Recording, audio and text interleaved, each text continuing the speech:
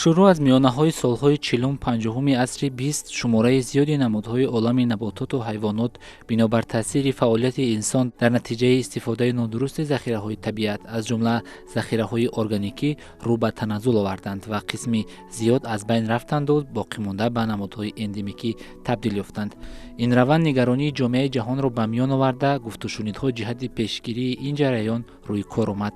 Акнун барои пешгирӣ ва ҳифзи табиати кишварҳо дар сартосари сайёра санаду қонун ва ташкилоту иттифоқҳои амалкунанда ташкил гардид. Барои мисол, бо мақсади манъи ҷараёни маҳвшавии олами флора ва фауна дар тамоми олам соли 1948 ташкилоти иттифоқи байналмилалии ҳифзи табиат ва сарватҳои он таъсис ёфт. Ин ташкилот баъди таҳлили маълумоти гуногун оид ба намудҳои камшаванда, камёб ва нодир дар тамоми қитъаҳои олам ба хулоса омад, ки бо қабули ҳуҷҷати муҳими давлатию илмӣ пеши роҳи раванди маҳвшавии олами набототу ҳайвонот гирифта шавад ва дар ин самт баъди 5 сол иттифоқи байналмилалии муҳофизати табиат ва захираҳои табиӣ китоби сурхи далелҳоро рӯи кор овард. Китоби сурх яъне чӣ? Он чӣ гуна санад аст ва чӣ вазифаҳоро дар худ дорад? китоби сурх ҳуҷҷати илмиест, ки фаъолияти хоҷагии инсонро оид ба ҳифзи гуногунии биологӣ ва истифодаи оқилонаи захираҳои табиӣ ба танзим медарорад. намудҳои наботот ва ҳайвоноте, ки ба ин китоб дохил карда шудаанд, ба ҳифз ва ғамхории ҳамаҷониба эҳтиёҷ доранд ва шикору нест намудани онҳо қатъиян манъ карда шудааст. айни ҳол дар ҳама кишварҳои сайёра китоби сурх вуҷуд дорад. тоҷикистон низ чун кишвари аз ҷиҳати гуногунии биологӣ бою рангин, ҷиҳати ҳифзи олами ҳайвоноту набототи минтақаи хешт, нахустин маротиба китоби сурхро ҳанӯз 1 марти соли 1979 таъсис додааст. яъне минбаъд ин китоб ҳуҷҷате гардид муҳиму ҳифзкунандаи олами набототу ҳайвонот.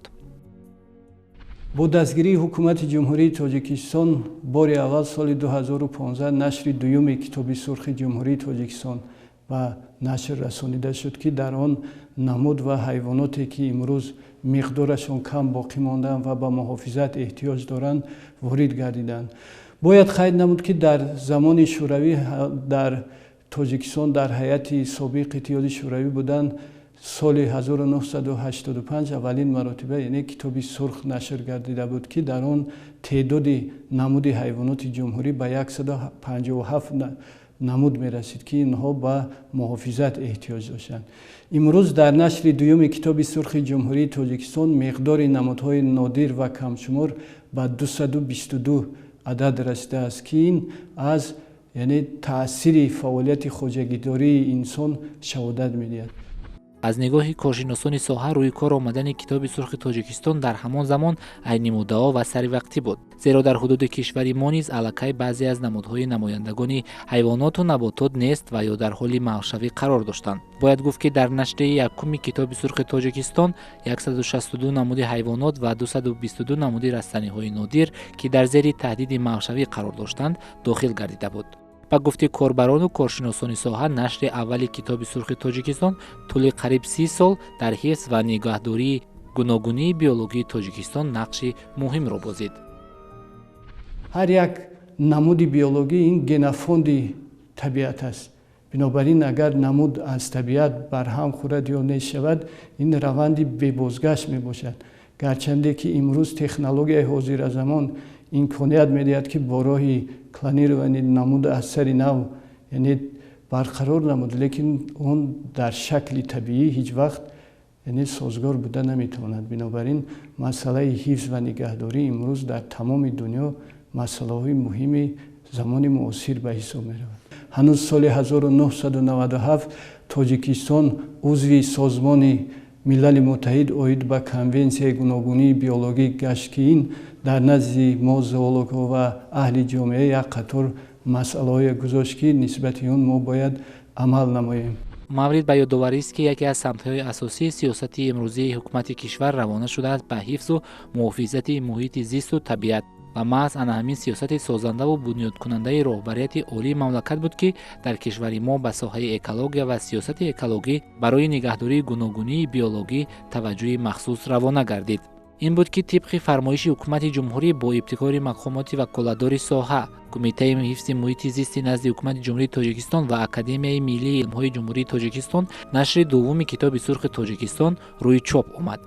ба гуфти Гулрухзор Тилоева, сухангӯи Кумитаи ҳифзи муҳити зисти назди ҳукумати ҷумҳурии Тоҷикистон, дар рӯи кор омадани нашри дуввуми Китоби сурх 42 нафар олимону коршиносон кор бурда, 267 номгӯи намояндаи олами растаниҳо ва 227 намояндаи олами ҳайвоноти кишвар ки зери таҳдиди нобудӣ қарор доранд, дар нашри навбатӣ ҷой дода шудааст.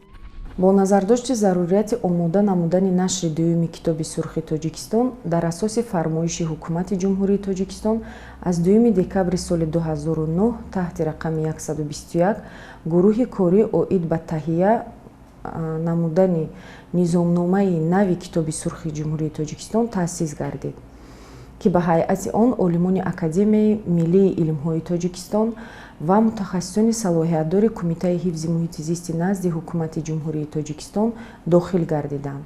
номгӯи намудҳои олами набототу ҳайвоноте ки ба нашри дуюми Китоби сурхи ҷумҳурии Тоҷикистон ворид карда шуданд, бо қарори раёсати Академияи Миллии илмҳои ҷумҳурии Тоҷикистон аз 27 январи соли 2014 таҳти рақами 11 ва қарори комиссия оид ба олами набототу ҳайвоноти нодир ва зери хатари маҳшавӣ қарор доштаи Кумитаи ҳифзи муҳити зисти назди ҳукумати ҷумҳурии Тоҷикистон аз 22 октябри соли 2014 таҳти рақами 1 тасдиқ карда шудааст. акнун ин ҷо суол ба миён меояд ки зарурати бори дигар рӯи чоп омадани нашри дуввуми Китоби сурхи Тоҷикистон дар чӣ буд? бо як андозара баъди истиқлолият зарурат ба вуҷуд омад ки аз сари нав мо нисбат ба табиатмон, нисбат ба ӯ гуфтаҳои ҷоноби олӣ аз сари нав дида баромадаву то дар кадом вазъият, дар кадом ҳолат будани ҳар як намуд, ҳар як экосистема,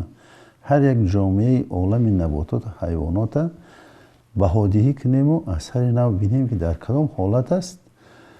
пас аз баҳодиҳӣ мо метавонем ки таъмини ҳифз ва оқилона истифода бурдани онро ба роҳ монем. бинобар ҳамин сабаб ин зарурият яке аз ин заруриятҳо буд ки Китоби сурхи ҷумҳурии Тоҷикистонро дар давраи истиқлолият мо бояд таҳия карданмон дар кор буд. ба андешаи коршинос ва олими соҳа Неъматулло Сафаров доштани Китоби сурх имконият медиҳад ки табиати рангину ғании кишвар ҳифз гардида он ба наслҳои баъдӣ ба таври бояду шояд боқӣ монад. лозим донистем ба таври илмӣ аз сари нав нигоҳ карда ва баъзе намудҳои дигарам лозим ба ӯ буд ки ворид ба Китоби сурх дохил кунем. барои чӣ? барои он ки вақте ки аз нигоҳи давраи ҳозира ки мо бигирем агар, яъне нуфуси аҳолии мо зиёд шудааст. бисёр як иқтисодиёт пеш рафтааст. вақте ки иқтисодиёт пеш меравад, нуфузи аҳолӣ зиёд мешавад. бинобар ҳаминам ин табиат истифодабарӣ мо хоҳем нахоҳем ин қонуни и дар тамоми ҷаҳон аст, зиёд мешавад. вақте ки зиёд мешавад, яъне ки доираи таъсири инсоният, аҳолӣ ба табиат зиёдтар мешавад. бинобар ҳамин бояд мо доираи ҳифзам нисбатан васеъ кунем. вақте ки васеъ кунем, таъмини ҳифзи олами наботота зиёдтар мекунем. акнун дар ин қисмат оид ба намояндагони олами ҳайвонот ҳарф мезанем.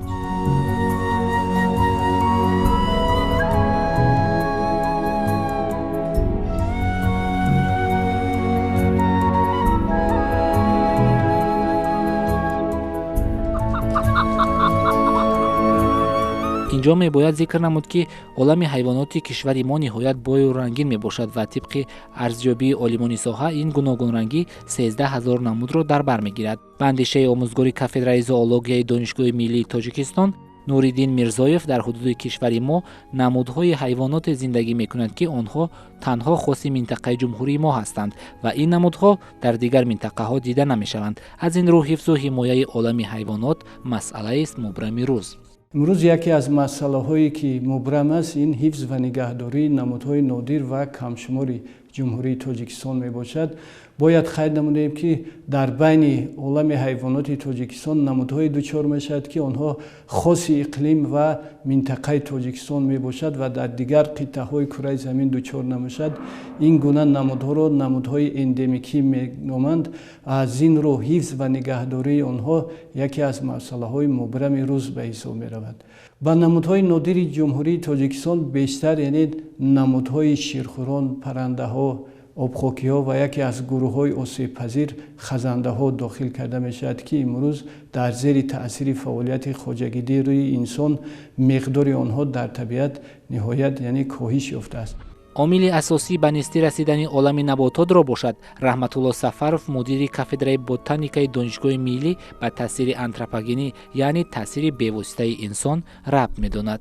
اکنون اگر به سبب‌های نشوی عالم نباتات گوییم، سببش این از همه پیش انسانیت است. ترقی کردن صنعت، شدن زمین‌های نو، آبیاری کردن زمین‌ها، استفاده بردن کندنی‌های فایده‌ناک، ساختن عمارت‌ها، ساختن درگاه‌ها و اساساً سال‌های آخر سبب دیگرش این چراندن به نظام چاروا است. چاروا نیز برای نیست‌شوی رستنی‌ها، برای کم‌شمارشوی آنها تأثیری معینی می‌رساند و از همین لحاظ اهمیت کتاب سوختران است که دائما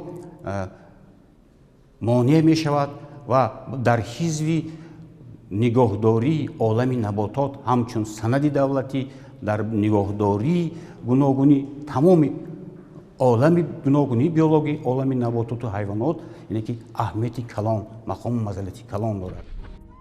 با گفته آموزگار دگرگونی اقلیم و به عمل آمدن حادثه‌های طبیعی نیز سببگاری نیست‌شوی عالم نباتات گردیده می‌توانند. باز قید کردن لازم است که برای عالم نباتات تأثیر تغییرات‌های اقلیمی نیز سالهای آخر 20 ساله آخر نظررس است. در اینا چه خیلی فهمیدن ممکن است؟ همین خیلی فهمیدن ممکن است که یعنی اقلیم که تغییر یافت یعنی که آهسته آهسته زینه نباتات تغییر می‌یابد. ممکن که همون نمودهایی که نادر هستند، نمودهایی که آسیب پذیر هستند زینه به زینه نیست شوند. البته این تاثیر می‌رساند، حتما تاثیر می‌رساند. غیر از این باز عامل‌های اقلیمی، طوفان‌ها، بارشات‌های بسیار، فرآمدن کوهپاره‌ها، یخچال نیز برای نیست شدن بعضی رستنی‌ها آورده می‌رساند. در این راستا به اندیشه پروفسور نعمت الله سفرов کشورهایی که به خطر تغییریابی اقلیم زیاد روبرو هستند می‌توانند از ثروت‌های ژنتیکی عالم نباتات کشور ما استفاده نموده میدان جنگلزاری خود را برقرار نمایند، زیرا به اندیشه پروفسور درختان و بوته‌های کشور ما نسبتاً خشکیدوستند. از بس که تغییریابی اقلیم می‌شود او در او دولت‌هایی که تغییریابی اقلیم زیاد است می‌توانند از این ثروت ژنتیکی ما استفاده کرده اگر به شرطی که نمودهای خودشون هم اگر تخریب شوند از این استفاده کرده به طور سلکس میتونن که تأمین جنگلاتشون عالم نباتات و حیواناتشون تأمین کرده بتوانن. این مقصد اساسی مثلا غایه است. بنابر همینم هم دولت هم جامعه جهان سهمگذار برای برقرار کردن هر سال هزارها و ده ها هزار گکتار جنگلات و باغات و علفچراها و دیگر چیزها هست و آید به این چاره‌بینی ها و بعضی سهم های خوبم میگذارند. اینجا نمیتوان از شکار غیرقانونی و خودسرانه نیست کردن عالم حیوانات و نباتات صرف نظر کرد. طور بالا ذکر نمودیم در سمت نگهداشت و حفظ طبیعت و محیط در کشور ما کمیته حفظ محیط زیست نزد حکومت جمهوری تاجیکستان مقامات وکالتدار است و کمیته مذکور طبق صلاحیت‌های به دوش داشته خویش فعالیت را بر راه مانده است. با گفته متخصصان کمیته ضمن کارهای نظارتی در تمام شهر و ناحیه‌ها و حدود کشور از جانب متخصصان کمیته شکار غیرقانونی حیوانات نادر خودسرانه به نیستی آوردن رستنی‌های نادری که به کتاب سرخ تاجیکستان داخل شدند آشکار گردیده نسبت چنین قانون‌شکنی‌ها چاره‌های ضروری اندیشیده می‌شود. در این روند از طرف متخصصان شعبه در تمام پیوسته پیش از آغاز موسم شکار با مقصد حفظ و نگهداری حیوانات نادر که حیواناتی که به کتاب سرخ جمهوری تاجیکستان شاملند و شکار آنها گوییم قطعاً ممنوع است пайваста амалиётҳои назоратӣ дар ҳудуди шаҳр ноҳиё бурда мешавад. агарчи шикори ғайриқонунӣ манъ аст, вале ҳукумати кишвар бо мақсади ҷалби сайёҳони дохиливу хориҷӣ ҳамасола квотаҳои муайянро барои шикори ҳайвоноти нодир ҷудо менамояд, ки мувофиқи он шикори номгӯи муайяни ҳайвонот иҷоза дода мешавад. имсол квотаи мазкур оид ба шикори гӯсфанди кӯҳии бухорои марка Поло 95 сар, бузи кӯҳии пармашох морхӯр 11 сар ва хирси малаи тианшонӣ 10 сарро ташкил медиҳад, ки дар асоси иҷозатномаи Кумитаи ҳифзи муҳити зисти назди ҳукумати ҷумҳурии Тоҷикистон ба роҳ монда мешавад. бояд гуфт, ки он ҳайвоноте тибқи квотаи махсус барои шикор иҷозат дода мешавад, ки ҳамзамон парвариши онҳо дар мамнӯъгоҳҳо ва парваришгоҳҳои кишвар ба роҳ монда шудааст. яъне агар аз як тараф бо ҷудо кардани квотаи махсус барои шикори ҳайвоноти нодир ҷалби сайёҳон ва муаррифии имкониятҳои сайёҳии экологии кишвар сурат гирад, аз ҷониби дигар парвариши дучанди ин ҳайвоноти нодир ба роҳ монда шудааст, ки таносуб дар ин ҳолат нигоҳ дошта мешавад. бояд қайд намуд, ки ҳанӯз солҳои 50-уми асри гузашта ду намуди фаунаи ҷумҳурии мо, яке аз намудҳои маъмултарини фаунаи мо паланги туронӣ пурра аз байн рафтааст, ки имрӯз на танҳо дар ҷумҳурии мо, балки дар тамоми дунё маҳв гаштааст ва ин раванди бебозгашт мебошад. ва намуди дигаре, ки пурра аз таркиби фаунаи ҷумҳурӣ нест шудааст, ин сағури мензбир ҳанӯз солҳои 70-80-уми асри гузашта дар қаторкӯҳҳои Қурама дучор мешуд. ин намуда мутаассифона дар зери таъсири фаъолияти инсон пурра аз таркиби фаунаи ҷумҳурӣ ба нестӣ расидааст. имрӯз чандин намуди дигар ба монанди моҳиёи қадимтарини фаунаи ҷумҳурии мо, белбиниҳо, белбинии калони амударёӣ, белбинии хурди амударёӣ ва сирдарёӣ ба муҳофизат эҳтиёҷ доранд. дар тамоми миқёси дунё ин намудҳо танҳо дар дарёи Аму, аз он ҷумла дар поёноби дарёи Вахши ҷумҳурии Тоҷикистон дучор мешаванд ва авлодҳои наздики ин моҳиҳо дар дарёи Миссисипи Америкаи Шимолӣ вомехӯранд, ки ин алоқамандии зоогеографии ин моҳиҳоро, яъне дар гузашта дар замонҳои пешин нишон медиҳад. агар инҷо суол ба миён ояд, ки нобудии намояндагони олами ҳайвоноту наботот ба экосистемаи табиат чӣ таъсире метавонад гузорад?